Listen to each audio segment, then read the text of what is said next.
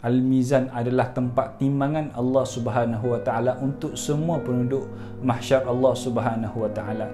Al-Mizan itu kesemuanya kita boleh tengok. Semua penduduk mahsyar boleh melihat dengan jelas betapa besarnya Al-Mizan yang dikeluarkan oleh Allah Subhanahu wa taala.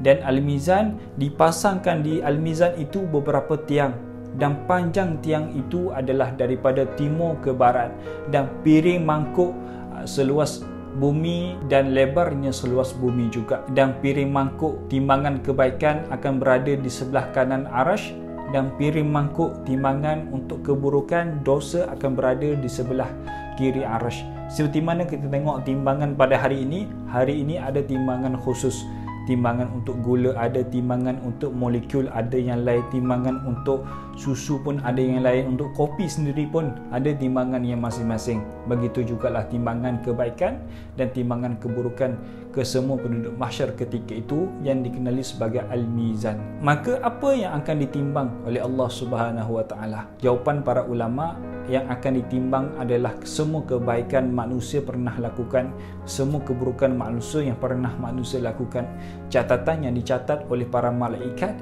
dan diri kita sendiri akan ditimbang oleh Allah Subhanahu wa taala. Ingat, setiap perkara yang kita lalui di atas muka bumi, kesemuanya akan ditimbang, semuanya akan disoal, semuanya akan diperlihatkan oleh Allah Subhanahu wa taala. Ketika itu bila mana nama dipanggil, semua akan tertumpu kepada si fulan yang berdiri. Ketika itu Allah akan memperlihatkan bagaimana pahalanya, dan Allah akan memperlihatkan bagaimana dosanya. Pahala itu Allah akan bentukkan, dan dosa itu Allah akan bentukkan juga, yang menyebabkan semua penduduk mahsyar Allah Subhanahu wa taala masing-masing dalam kalangan kita boleh tengok betapa banyak pahala kita dan betapa banyak dosa yang pernah kita lakukan di atas dunia dulu. Lalu kesemua dalam kalangan kita ada buku amalan masing-masing. Seperti mana kata Allah, Iqra' kitabak kafa bi nafsikal yawma 'alaika hasiba. Bacalah kitabmu, cukuplah dirimu sendiri untuk waktu sebagai penghisap untuk diri kamu. Buku amalan itu akan diberikan kepada kita. Kesemua penduduk pada mahsyar akan diberikan buku amalan masing-masing yang dicatat oleh para malaikat ketika mana berada di dunia dulu. Seandainya buku amalan itu tangan kanan yang mengangkat, sesungguhnya kamu adalah ahli syurga Allah Subhanahu wa taala. Sesungguhnya buku amalan itu diberikan dan tangan kiri yang akan mengangkat, yang akan mengambil buku amalan itu. Sesungguhnya kamu adalah ahli neraka Allah Subhanahu wa taala. Dan ketika itulah bila mana kita buka buku amalan kita, ketika itulah terkejutnya manusia ketika itu. Bagaimana setiap detik, setiap saat yang kita lalui ditulis, dicatat oleh para malaikat, tertulis dalam itu. Maka gembiralah mereka yang beriman kepada Allah, mereka melepasi pada mahsyar Allah Subhanahu wa taala dengan sangat baik, kerana mereka orang beriman. Ingat, orang yang beriman, mereka dekat dengan Allah, mereka dihisap dengan sangat cepat, mereka dihisap dengan sangat laju. Begitu jugalah para nabi, para ulama, para orang yang soleh, mereka dihisap, tapi mereka dihisap dengan sangat cepat, dengan sangat laju.